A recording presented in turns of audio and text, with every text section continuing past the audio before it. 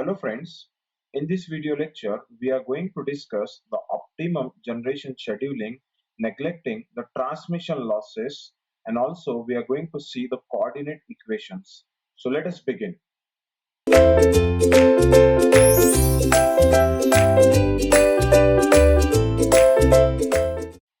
So friends, in last lecture we have discussed what is the optimum generation scheduling.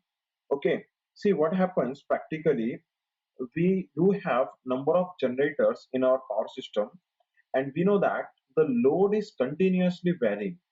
So what is practically done is that whatever load will be there, of course instant to instant load is changing. With that variation in the changes in the load, there has to be corresponding changes in the generation. And you see, if we do the load forecasting, suppose today what we will do, we will forecast the load for tomorrow. Okay, it is the forecasting, it is a separate chapter. There are various methods are there for the forecasting of the load. So what is done, uh, the load is been forecasted. It is again depend on instances. Okay, but mostly generally the load is been forecasted for 24 hours. For one day we forecast the load, and accordingly, so what we do with that 24 hours forecasted data, let's say uh, from 2 p.m. to 3 p.m., let's say the forecasted load, if it is 400 megawatt. So what we do, whatever number of generators are there, according to this forecasted load, we will allocate this load to the available generators. Okay, so that is how we do the scheduling of the generators.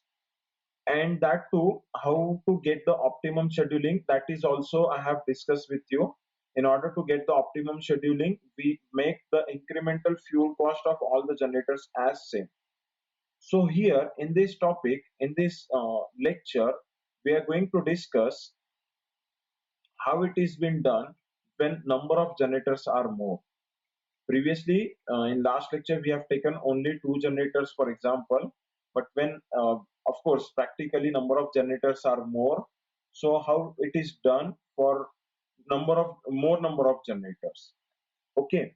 See, again here, what I'm considering a condition that I'm neglecting the transmission losses. It is obvious that uh, generation we have at far location. Okay, and what we do is after one when we generate, we transmit the generated power to the load centers. Okay, so of course some power loss will be there in the transmission line. So what is expected, demand will be there.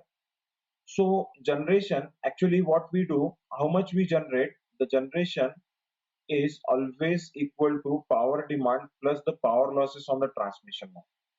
But initially, right now, I'm not going to include the transmission losses. In next lecture, we will discuss the effect of transmission losses. Okay, first we will try to understand how we can decide or how we can schedule the generators optimally. First, of course, we will neglect the transmission loss because it will uh, reduce the complexity of the problem. Once we understood this, then we can include the effect of transmission losses. Okay, so here let us consider that as the transmission losses are neglected, so let us consider that there is no transmission line. Okay, so all the generators and the load, they are connected to a single point or they are connected to a single bus. Okay, now of course we do have a number of generators connected here, and what will be the cost, total cost? If I ask you for the total cost, it will be like CT, it will be C1 for generating P1 power plus C2 for generating P2 power. This way, it will be Cn for generating Pn power. Okay, so that is my total cost. Now, what is my objective here? What is my problem here? My objective here is to minimize the total cost. Okay, so what is the objective here? Then I must write here minimize this total cost. So minimizing this will be minimize. Now I will write this in the summation.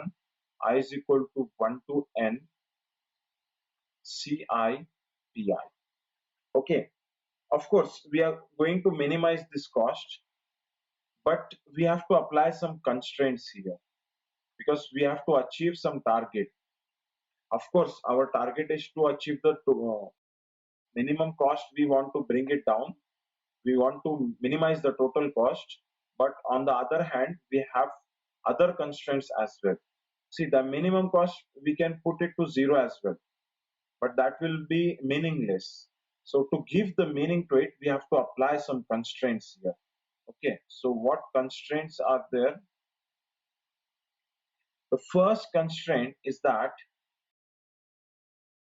power demand, it should be equal to summation I is equal to 1 to n pi. What is the meaning of this? The power demand should be equal to power output of all the generators. That should be the first constraint. Of course, we want minimum possible operating cost, but we should satisfy this as well. Okay. Now this constraint is called as equality constraint, or sometime it is called as power balance equation. Okay, so this is the first constraint. One more constraint we have. That second constraint is, see, every generator has got certain limitation. We have already discussed that during the discussion of the characteristic curves. So what is the physical restriction on the any generator? It is, it has got certain minimum and maximum generation capacity. So whatever scheduling we are doing means we are allocating some part of load to the generator. So whatever we are scheduling, so we have to take care of this thing. What we have to take care, the output, the generated power of that generator, it should not violate this limit. Okay, so this constraint is called as inequality constraint. Inequality constraints, or sometimes they are called as generator limits. Okay, so now what the things are ready with us. The objective is clear. This is my objective. I want to minimize the total operating cost with these two constraints. Okay, now for time being, let us omit the second constraint. For time being, let us omit the second constraint.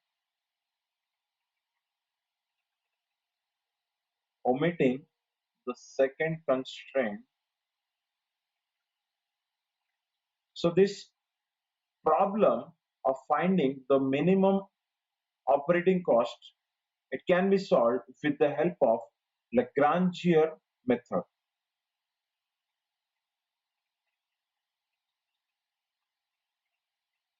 So now we are going to apply this Lagrangian method. So what we have to do here in Lagrangian method is to define a Lagrangian function. Okay, so let us see how we can define that Lagrangian function. It will be See, we have to write the Lagrangian function in these variables P1, P2 up to Pn, again power demand and lambda. What is this lambda? I'll tell you later words. So we have to write this. So what is this function? Let me write that function. It is simply Ci generating Pi power. Ci means cost of generating Pi power by ith unit plus lambda into, we have to write here, Pd minus summation I is equal to 1 to n Pi. So this is the Lagrangian function.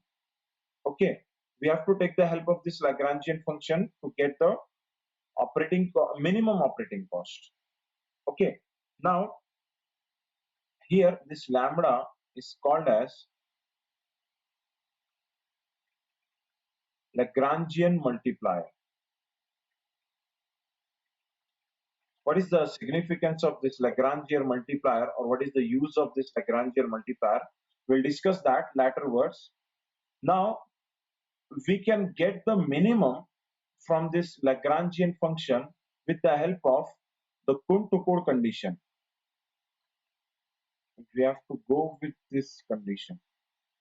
Okay, so the Kuhn-Tukur condition will give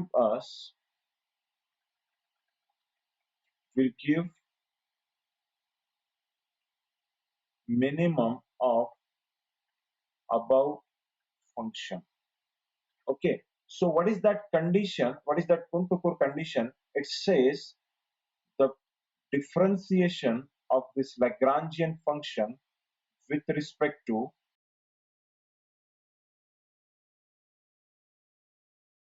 power output of ith unit, it should be equal to 0.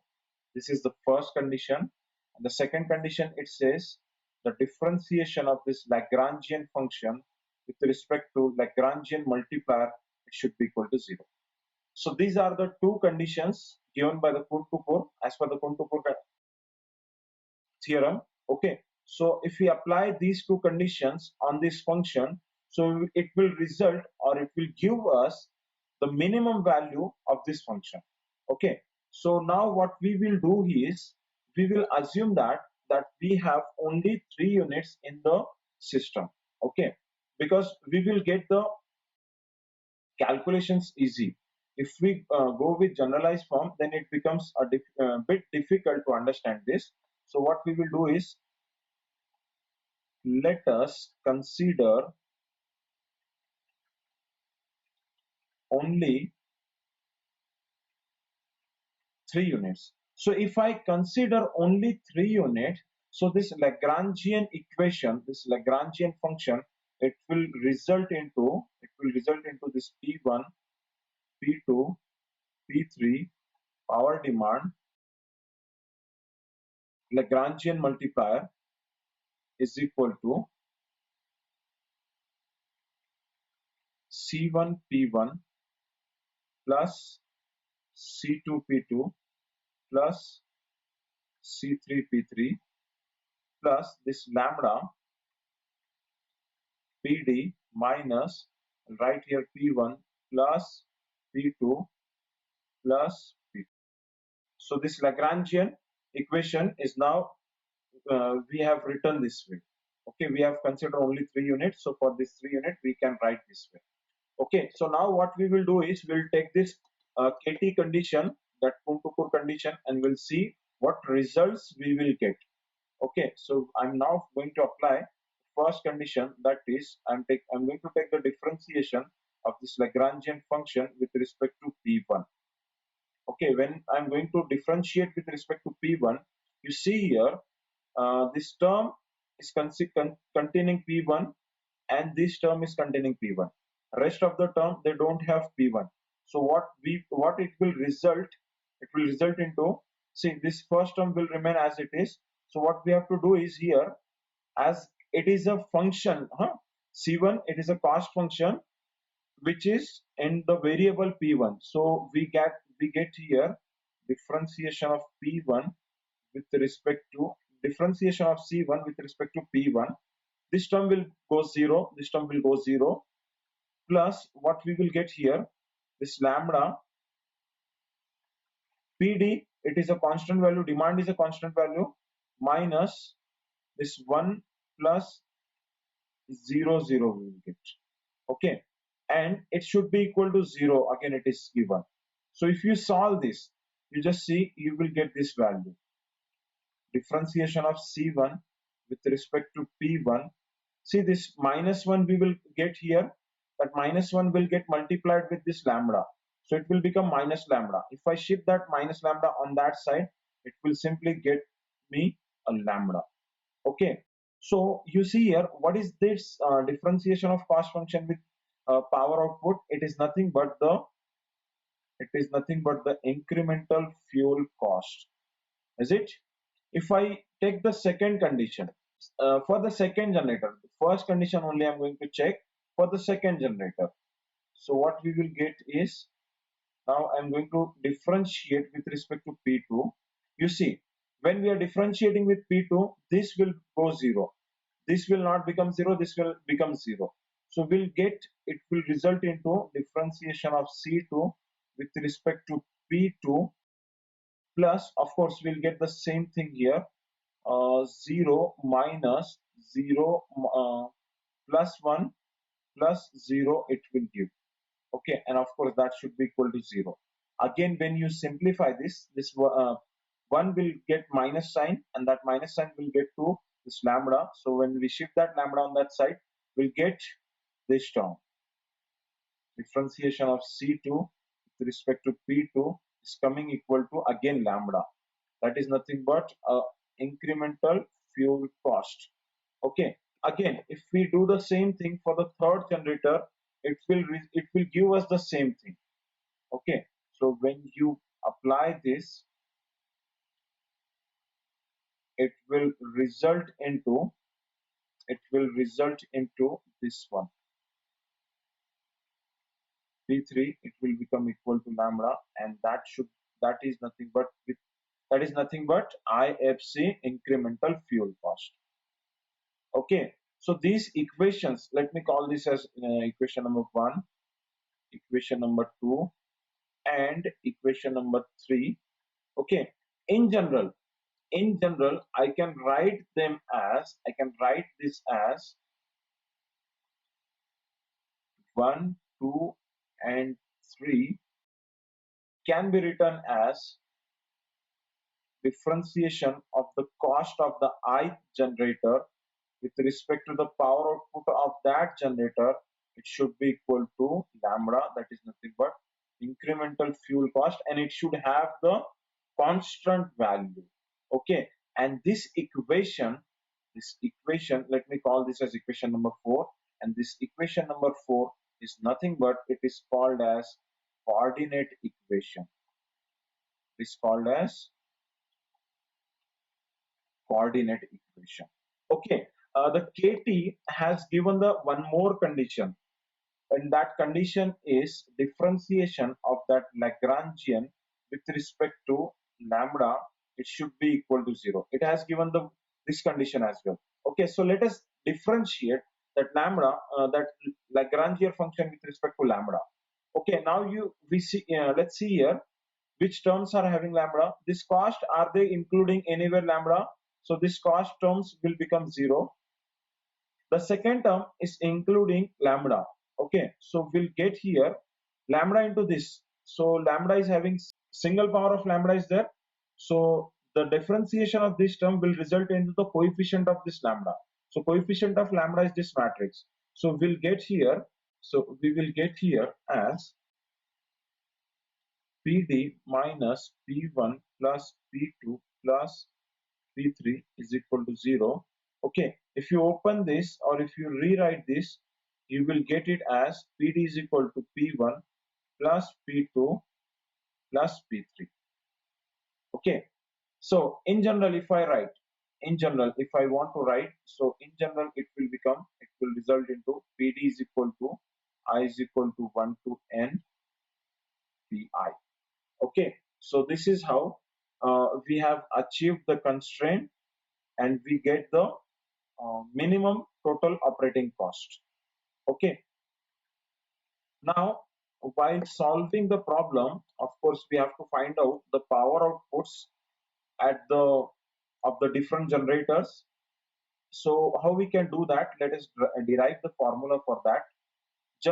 Generalized form, we have written that coordinate equation. If you remember, we have written it as differentiation of Ci over Pi. It was coming equal to lambda. Okay, now that Ci, do you remember? Yes, last lecture where Ci I have written as alpha I plus beta I into Pi plus gamma I into Pi square. So if I differentiate the Ci over Pi, so I will get here, just differentiate this. The first term will become 0, the second term it will left beta I, and the third term will give 2 gamma I Pi is equal to lambda I'm getting here. Okay, so what I will do is I will shift that beta on that side, keep this 2 gamma I Pi is equal to lambda minus beta I. Okay, now I'm interested in Pi, so that Pi it will be lambda minus beta I divided by 2 gamma I. Okay, so when you are required to calculate the power output of the generator, then you can make use of this equation. Okay, obviously lambda you need to know, this beta and gamma it will be given in the cost curve, or it will be given in the cost equations. The only thing you have to find here is this lambda. Okay, now we will see how we can get that lambda. Okay, see, just now we have arrived to this condition. The condition is PD it should be equal to summation I is equal to 1 to n. Okay, so let us put this value of Pi here and let's see what we will get. Summation I is equal to 1 to n. If I put this lambda minus beta I will get divided by 2 gamma I am getting, and is it equal to PD? Yes, it is equal to PD. So what I will do is I will factorize this fraction. Okay, so I'm going to factorize it. I'm going to factorize it in this way. See, I is equal to 1 to n. The first term I'm going to write lambda divided by 2 gamma I minus that summation I is equal to 1 to n beta I divided by 2 gamma I, and it is equal to PD. Okay, as the denominator is same, we can directly add or subtract the numerator. So with that rule I have factorized this term. Okay, so what I will do, I will shift this summation, second summation on that side, so I will left with summation I is equal to 1 to n lambda divided by 2 gamma I, and it will be power demand, that minus, if it goes that side it will become plus. So I'm getting I is equal to 1 to n beta I divided by 2 gamma I. Okay, again you see here on this left hand side, lambda is not is the constant value. It is not changing with respect to this summation term. So the summation it is related to only denominator. So what I will do is I will shift that denominator on that side. So I will get the value for lambda now. Okay, so what lambda value we will get here? So this lambda will be equal to, you just see whether I'm writing it not, writing it correct or not, just see power demand plus I is equal to 1 to n beta I divided by 2 gamma I. This is in division. the summation I is equal to 1 to n 1 upon 2 gamma I. So with the help of this equation, see,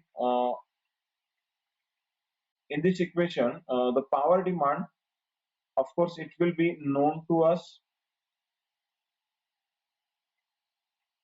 Whatever power demand is there, it will be known to us. See here, the power demand, it will be known to us. This beta I, this gamma I, it will be known to us from the cost curve, from the cost equation. We can directly first calculate this lambda. Once we get the lambda, we can put this lambda in the equation of Pi to get the power output of each generator. So this way, we can find the optimum generation scheduling, neglecting the transmission losses.